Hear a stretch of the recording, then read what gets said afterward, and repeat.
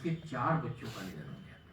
आप कल्पना कर सकते हैं इस दुख की। एक तरफ वो आदमी भूख से लड़ रहा था, परिवार की जो त्रासदी थी उससे संघर्ष कर रहा था। उनकी जीवनी पढ़ी तो रोंगटे खड़े हो जाते हैं कि वह पठानों से बहुत महंगे दर पर ब्याज पर कर्ज लेने को विवश थे। घर का काम नहीं चल रहा था, यहाँ तक कि घर के चांदी के जो बचे हुए जेवर थे वो भी बिक गए थे। पत्नी का नथ तक बिक गया था, ये बर्तन तक बिक गए थे घर के। इन स्थितियों में एक व्यक्ति कविता लिख रहा था।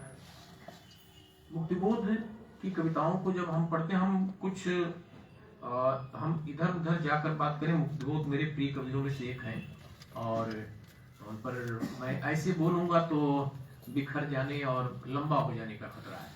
मैं चाह रहा हूं कि जो बातें रह गई हैं उन मुख्य मुख्य बातों की आप लोगों के साथ मैं चर्चा कर लूँ। मुक्तिबोध वैचारिक रूप से कभी गांधी के भी करीब थे, लेकिन ज्यादातर वो मार्क्स के करीब थे। और जब प्रगतिशील लेखक संघ का गठन हुआ था 1936 में, बच्चे जानते हैं, विद्यार्थियों को पढ़ाया जाता है मुंशी प्रेमचंद की अध्यक्षता में, उसके 6 साल बाद उज्जैन में उन्होंने प्रगतिशील लेखक संघ की स्थापना की थी। तो वैचारिक रूप से वह प्रगतिशील लेखक संघ के साथ थे। कई बार स्थान बदलना पड़ा, शहर बदलने पड़े, उसने उन्हें भटकाया भी, उन्हें बिखराया भी, लेकिन ऐसे में अनुभव के स्तर पर व्यक्ति काफी समृद्ध होता है, काफी परिपक्व भी होता है। ये परिस्थितियां पकाती भी हैं, हमें एक तरफ तपाती हैं, दूसरी तरफ पकाती भी हैं। तो मुक्तिबोध को परिस्थितियों ने बहुत तपाया और पकाया था। वो सारी चीजें उनकी कविताओं में दिखाई पड़ती हैं। जिस तरह से यातना भरी जिंदगी उन्होंने जी थी और जिस तरह से उनका बड़ा दुखद अंत हुआ था, बाद में तमाम उस समय के जो बड़े लोग थे, श्रीकांत वर्मा वगैरह ने उनका समर्थन किया था। और मध्य प्रदेश के जो मुख्यमंत्री थे द्वारका प्रसाद मिश्र जी, उन्होंने शासकीय स्तर पर उनकी चिकित्सा की व्यवस्था की थी उनके अंतिम दिनों में। और लाल बहादुर शास्त्री जी ने पहल की थी उनकी चिकित्सा के लिए, लेकिन नहीं बचे थे। हम सभी जानते हैं कि 11 सितंबर 64 को रात में करीब 8 बजे के करीब उनका निधन हो गया था। बहुत सारी कविताएं और बहुत सारी कहानियां उन्होंने लिखी, लंबे निबंध लिखे। यह जो लंबा लिखना है, यह उनका लंबा चिंतन है। लंबी कविता लिखना, लंबी कहानी लिखना, लंबे निबंध लिखना, यह उनके चिंतन का परिणाम है। कई बार बहुत सारे रचनाकार कुछ पंक्तियों में चुप जाते हैं, उनके पास न लिखने के लिए होता है न कहने के लिए होता है। मुक्तिबोध को जिंदगी की पाठशाला ने बहुत पढ़ाया था, बहुत गंभीरता से पढ़ाया था। उनके साथ समस्या ये थी कि उन्होंने जितना जाना था, जितना अर्जित किया था, बहुत पढ़ा भी था स्वाध्याय के माध्यम से। एमए तो किया ही था, हिंदी में एमए थे वो। और मुक्तिबोध उन सबको कह देना चाहते थे। उन्होंने रचना प्रक्रिया पर बहुत गहन चिंतन किया था, बहुत गहरा चिंतन है और इसकी चर्चा भी होती। कला के 3 क्षणों की चर्चा की थी। मुक्तिबोध इस पर भी बात करते हैं कि हम जो कुछ कहते हैं, लिखते हैं, बोलते हैं, उसमें हमारी एक पक्षधरता होती है। हम कहाँ खड़े हैं तय करो, कि किस ओर हो तुम तो कहा ही था, लेकिन हम जहाँ खड़े होकर बोल रहे होते हैं इसका भी महत्वपूर्ण होता है। हम कहाँ से बोल रहे हैं, हम किसको संबोधित कर रहे हैं, हम किन लोगों के साथ खड़े होकर बोल रहे हैं, इन सब पर मुक्तिबोध ने बहुत गंभीरता से चिंतन किया था। इसीलिए चूंकि सब कुछ कह देना चाहते थे, इसलिए उनकी कविताएं लंबी हो जाती हैं।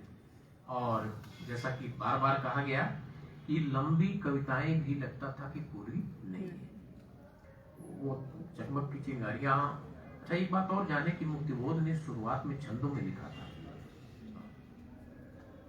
जो लोग मुक्त छंद से शुरुआत करते हैं उनकी कविता में, और जो छंद को जानते हुए छंद में लिखने के बाद मुक्त छंद की तरफ आते हैं, इन दोनों में बड़ा फर्क होता है। नितांत गद्य हो जाने का खतरा होता है बहुत सारे लोगों की कविताओं में। वो सिर्फ गद्यात्मक गद्यखंड बनकर रह जाती हैं।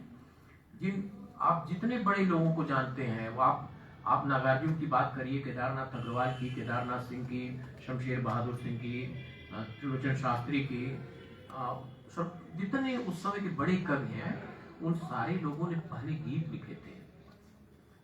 बच्चों को ही मैं बच्चों को संबोधित कर रहा हूँ, जो बड़े लोग हैं वो सब जानते हैं, सारे बड़े कवियों ने पहले गीत लिखे।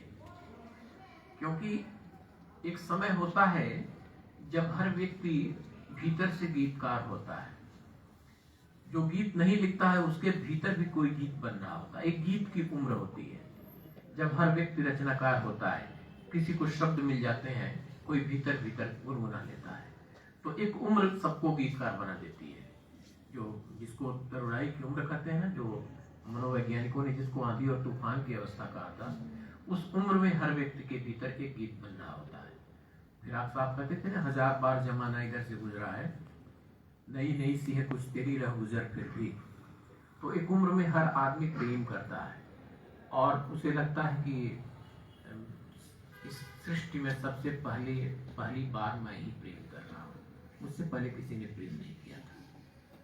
ये स्वाभाविक प्रक्रिया, ये लगना भी चाहिए। ये न लगे तो फिर क्या लगेगा, तो फिर आदमी क्या कर पाएगा। तो प्रेम को आदमी अपने अनुभव से जानना चाहता है। तो वह जो गीत वाली उम्र होती है, जितने प्रातिभ रचनाकार होते हैं सब कुछ रचते हैं, कुछ गीत लिखते हैं, कुछ गजल लिखते हैं, कुछ गुनगुनाते हैं, कुछ नहीं गा पाते हैं, कुछ के लिए गूंगे का गुड़ हो जाता है वो, लेकिन होता जरूर है कहीं। तो मुक्तिबोध ने उस उम्र में गीत लिखे थे, कविताएं लिखी थी। बहुत सारी कविताएं आप उनकी पढ़ेंगे तो सुमित्रानंद पंत की कविताओं जैसी लगेंगी। जो लोग इस बात को नहीं जानते हैं वो नहीं समझ पाएंगे। इसीलिए जब मुक्तिबोध मुक्त छंद की कविता लिखते हैं तो वहां भी उनकी कविताओं में एक आंतरिक लय दिखाई पड़ती है। नई कविता के दौर में जिसको कुछ लोगों ने मुक्त छंद कहा, वह प्रकारांतर से मुक्त युक्त छंद था, मुक्त युक्त छंद था वह। मुक्तिबोध उसके सबसे बड़े कवि हैं। आपको आगे की कविताओं में भी वो बात दिखाई पड़ेगी। त्रिलोचन तो सोनेट लिखते रहे हैं, शमशेर ने गजलें लिखी बहुत सारी अच्छी, केदारनाथ अग्रवाल दोनों में लिखते रहे हैं, गीत भी लिखे, गजलें, मुक्तचंद की कविताएं भी लिखी।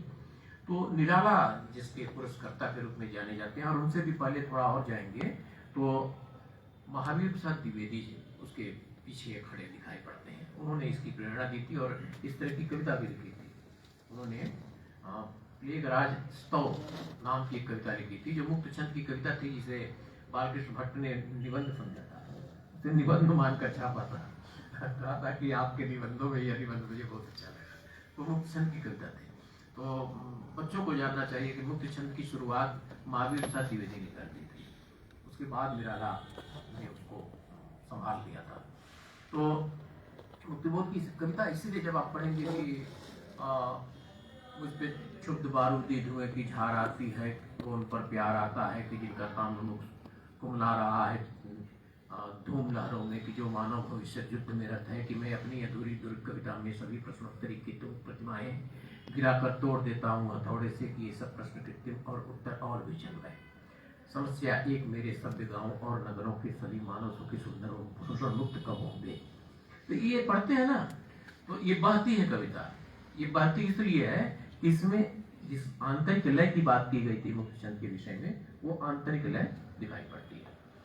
मुक्तिबोध अपनी तमाम कविताओं में तो फैंटेसी का इस्तेमाल करते हैं, और उनकी जो रचना प्रक्रिया है वो मानते हैं ना कि जो पहला क्षण होता है किसी भी रचना का, वो जीवन का उत्कट अनुभव होता है।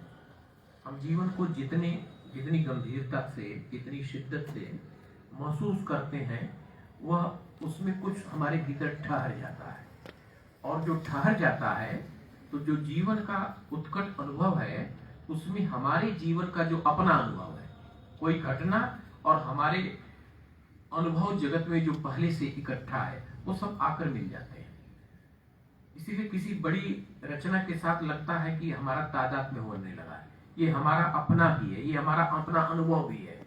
तो जो जीवन का अनुभव है, जो किसी घटना से उत्पन्न ज्ञान है, वो संवेदनात्मक ज्ञान और ज्ञानात्मक संवेदना की बातें करते हैं। वह ज्ञान भी शामिल हो जाता है और फिर वो सब मिलकर फैंटेसी का रूप लेता है और फिर वो कागज पर आता है, वो कला का अंतिम जो क्षण होता है।